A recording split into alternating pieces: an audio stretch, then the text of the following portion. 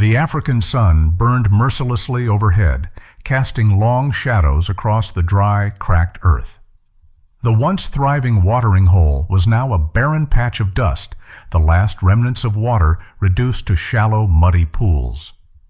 Animals that once gathered here had moved on, following the scent of distant rain. But one had been left behind. Lying motionless near the water's edge was a lone elephant, her massive body barely rising and falling with each labored breath. Her once majestic form was now frail, her ribs pushing through her thick, leathery skin. Flies buzzed around her sunken eyes, which blinked weakly against the relentless heat. She was dying. For days she had wandered the savanna in search of water, her legs growing weaker with every step. The herd had moved ahead, sensing danger in lingering too long. But she had fallen behind. A deep wound on her hind leg, likely from a poacher's trap, had slowed her down. The infection had spread, sapping the last of her strength. Now she was alone, too weak to stand, too exhausted to move. A few vultures circled above, sensing what was to come. But she wasn't ready to give up. Her trunk twitched, brushing against the dirt, as if searching for one last hope. Miles away, in a small ranger outpost, a crackling radio broke the afternoon silence. "We've got a sighting," came the voice on the other end. "A lone elephant. Looks bad. She won't make it through the night without help." Ranger Daniel Cato grabbed his gear, his heart pounding. He had seen too many elephants die, victims of drought, poaching, and human-wildlife conflict. But something about this call felt different. Maybe it was the urgency in the spotter's voice, or maybe it was the unshakable feeling that this elephant wasn't just another casualty. Jumping into the dusty Land Rover, he radioed his team. "We're moving now. This is her last chance." The tires kicked up a cloud of red dust as they sped across the savanna, racing against time. The sun was sinking lower in the sky, casting an eerie golden glow over the land. They had only a few hours before nightfall, before the scavengers moved in. As they neared the coordinates, Daniel's heart clenched at the sight ahead. The elephant lay there, barely breathing, her enormous frame still and lifeless against the setting sun. They had arrived. But was it too late? Daniel leapt out of the Land Rover before the engine had fully stopped, his boots sinking into the dry earth. His team followed close behind, 3 experienced rangers and a veterinarian named Dr. Amina, who had spent years working to save injured wildlife. The sight before them was grim. The elephant's breathing was shallow, her eyelids fluttering weakly as they approached. Flies swarmed around the wound on her hind leg, the infection spreading up her side. Her body, once a symbol of strength and resilience, was now reduced to frailty and suffering. Dr. Amina knelt beside the elephant, quickly assessing her condition. She pressed a stethoscope against the elephant's chest, listening for any sign of strength left in her massive heart. "She's critical," Amina said, her voice tight with urgency. "Dehydration, severe infection. If we don't act now, she won't survive the night." Daniel turned to his team. "We need water, antibiotics, and cooling blankets. Now." 2 rangers rushed back to the vehicle, grabbing canisters of water and medical supplies. Another began setting up an IV line, a risky but necessary move. Time was not on their side. Dr. Amina carefully inserted the needle into the thick skin of the elephant's ear, securing the IV to deliver life-saving fluids. As the drip began, Daniel knelt beside the elephant's head, gently touching her cracked, sun-baked trunk.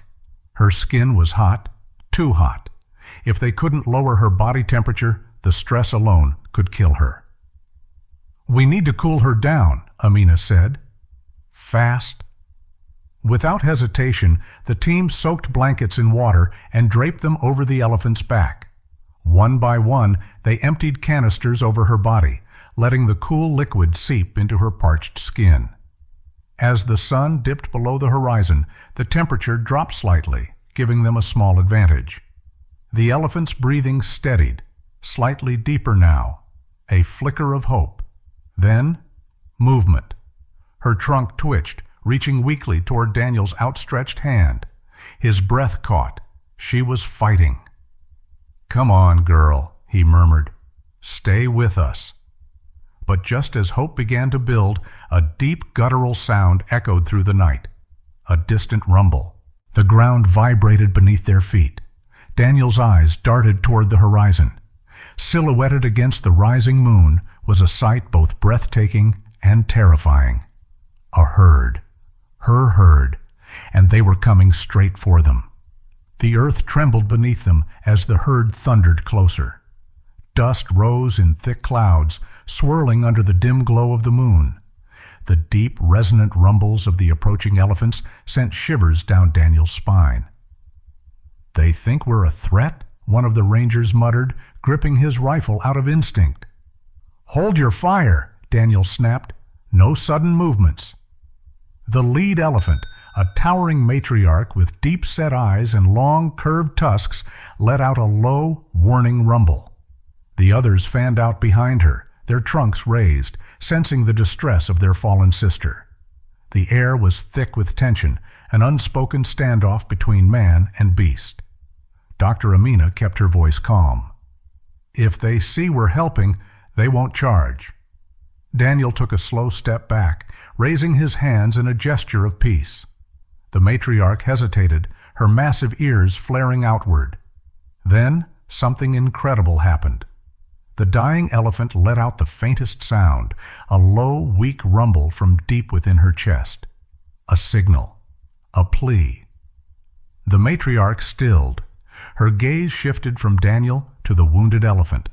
Then, as if understanding, she lowered her trunk and touched the fallen elephant's head. A soft, sorrowful sound escaped her, one that rippled through the herd. "They know," whispered Amina. "They know she's dying." For a long, heartbreaking moment, the herd stood in silence. Then, in an act that left the entire team speechless, the matriarch and several others began to encircle their wounded sister. With careful, deliberate movements, they used their trunks to nudge her, urging her to stand.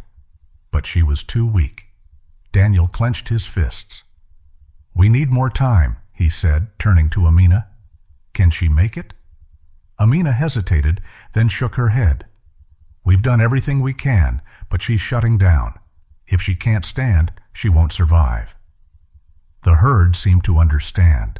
They continued their gentle nudges, their deep rumbles growing softer, more sorrowful. The matriarch wrapped her trunk around the dying elephants, holding it there for a long, lingering moment. A final goodbye. Then, one by one, the elephants began to retreat. Slowly, reluctantly, they faded back into the darkness, leaving only the matriarch standing over her fallen sister. Daniel swallowed the lump in his throat. He had fought against time, against nature itself, to save this elephant. But some battles couldn't be won. The matriarch let out one last deep rumble before stepping back to join her herd. And as the first rays of dawn crept over the horizon, the elephant took her final breath. The savannah was silent once more. But Daniel knew this wasn't just the end of a life. It was a call to action, a reminder that every moment counted, that every life mattered, and that next time they had to be faster. If this story moved you, don't let it end here. Like this video to support more powerful wildlife stories. Subscribe and turn on the notification bell so you never miss an incredible rescue like this. Share this with your friends to spread awareness about the struggles these majestic animals face. Every view, like, and share helps bring attention to wildlife conservation. Let's make a difference together. Chaque save the wild.